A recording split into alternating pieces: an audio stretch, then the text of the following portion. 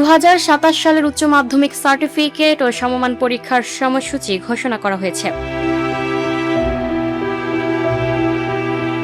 আগামী 6 জুন 2027 থেকে এই পরীক্ষা শুরু হবে এবং চলবে 13 জুলাই 2027 পর্যন্ত।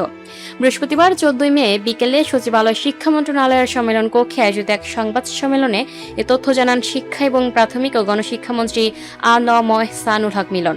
সংবাদ সম্মেলনে মন্ত্রী জানান, সেশন জট কমিয়ে আনার লক্ষ্যে চলতি বছর ডিসেম্বরের মধ্যেই 2027 সালের সব পরীক্ষা সম্পন্ন করার প্রাথমিক পরিকল্পনা নেওয়া হয়েছিল। তবে সংশ্লিষ্ট অংশীজনদের সঙ্গে বিস্তারিত আলোচনার পর শিক্ষার্থীদের সুবিধার্থে এই নতুন কর্মসূচি নির্ধারণ করা হয়েছে।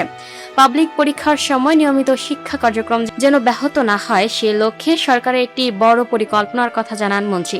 তিনি বলেন, সাধারণত শিক্ষা প্রতিষ্ঠান বন্ধ রেখে পাবলিক পরীক্ষা অনুষ্ঠিত হয়, যা অন্যান্য ক্লাসের শিক্ষার্থীদের পড়াশোনার ক্ষতি করে। এই সমস্যা সমাধানে প্রতিটি উপজেলা পর্যায়ে একটি করে মাল্টিপারপাস পরীক্ষার হল নির্মাণের পরিকল্পনা নিয়েছে সরকার। একই সংবাদ সম্মেলনে 2027 সালের এসএসসি পরীক্ষার তারিখও পুনর্নিশ্চিত করা হয়।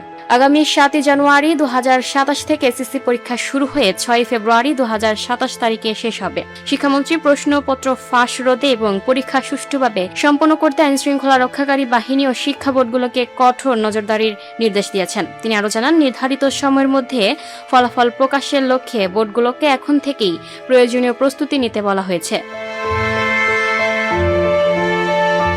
Lucky Akter, up to date news, Dhaka.